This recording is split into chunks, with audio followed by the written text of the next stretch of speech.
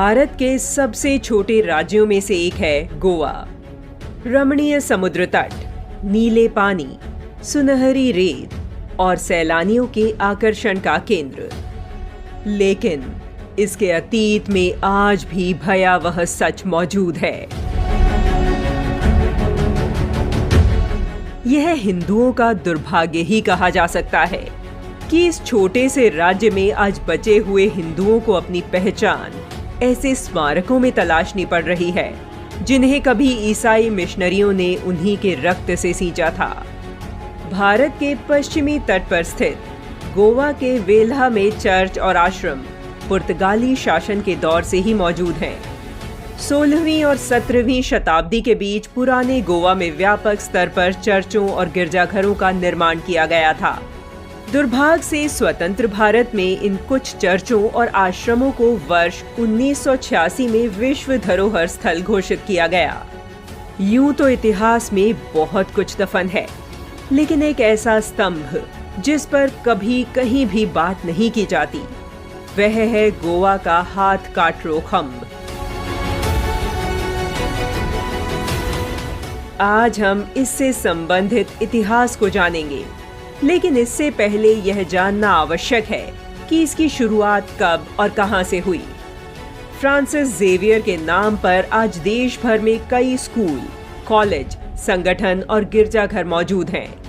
ईसाई मिशनरी धर्म प्रचारक सेंट फ्रांसिस जेवियर पुर्तगाली काफिले के साथ भारत आया था।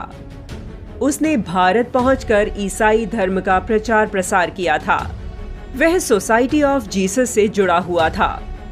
16वीं शताब्दी के उत्तरार्ध में दक्षिण भारत से होने वाले मसालों के व्यापार ने भगवान परशुराम की कर्मस्थली को एक बहुसांस्कृतिक शहर में बदल दिया, जिसे आज हम गोवा के रूप में जानते हैं।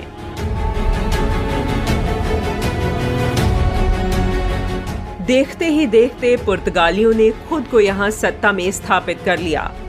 पुर्तगालियों ने सुनिश्चित किया कि वहां के स्थानीय लोग भी अब उनके जैसी ही धार्मिक मान्यताओं का पालन करें। वर्ष 1541 में ईसाई मिशनरियों द्वारा फरमान सुनाए गए कि सभी हिंदू मंदिरों को बंद कर दिया जाए। इसके बाद 1559 तक आते आते तकरीबन 350 से अधिक हिंदू मंदिरों को नष्ट कर दिया गया और मूर्ति पूजा पर प्रतिबंध लगा दिया गया। सेंट जेवियर ने देखा कि हिंदुओं के बालात धर्म परिवर्तन के उसके प्रयास पूरी तरह से कामयाब नहीं हो रहे थे। उसे समय रहते यकीन होता गया कि सनातन धर्म की आस्था अक्षुण्ण है। यदि वह मंदिरों को नष्ट करता है तो लोग घरों में ही मंदिर बना लेते हैं। उसने देखा कि लोगों को धारदार हथियारों से काटने, उनके हाथ और गर्दन रेतने और असीम यातनाएं देने के बाद भी सस्ती शराब और सनातन धर्म में से लोग सनातन धर्म को ही चुनते और मौत को गले लगा लेते। इसके बाद हिंदुओं पर यातनाओं का सबसे बुरा दौर आया।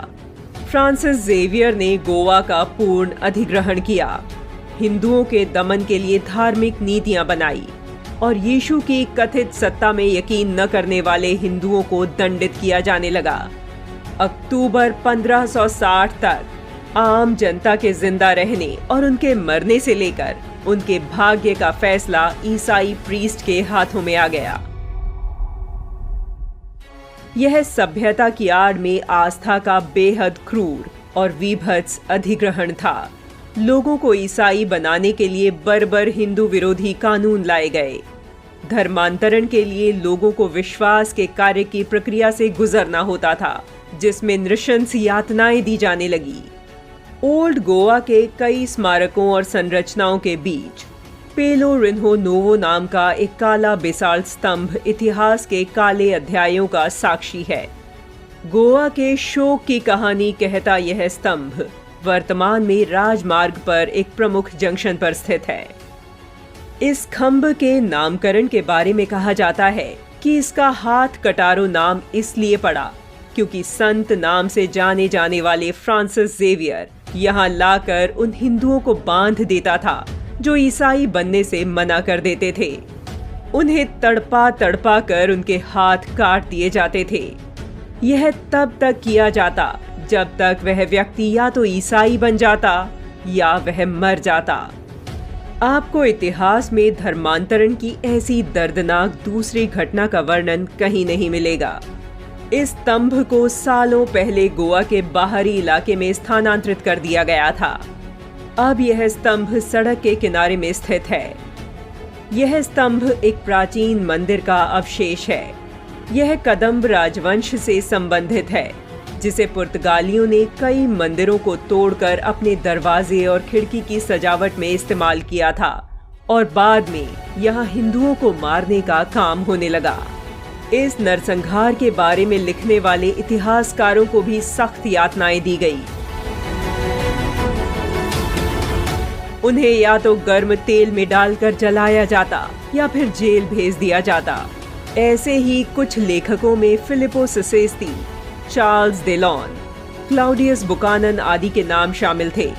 इतिहास में पहली बार हिंदू भागकर बड़े स्तर पर पलायन करने को मजबूर हुए। दुर्भाग्य यह है कि समकालीन स्मारकों के विपरीत यह स्तंभ आज तक भी एक संरक्षित स्मारक नहीं है। आज हजारों की संख्या में सैलानी गोवा सैर करने जाते हैं। शायद ही कोई जानता हो कि गोवा के सनातन अतीत का साक्षी यह स्तंभ आज भी वहां मौन खड़ा है। इस बार आप गोवा जाएं तो इस स्तंभ के दर्शन कर उन लोगों को श्रद्धांजलि अवश्य दीजिएगा जिन्होंने अपने हाथ कटा लिए लेकिन सनातन धर्म नहीं छोड़ा। धर्म के लिए अपने प्राण न्यौछावर करने से भी नहीं चूके।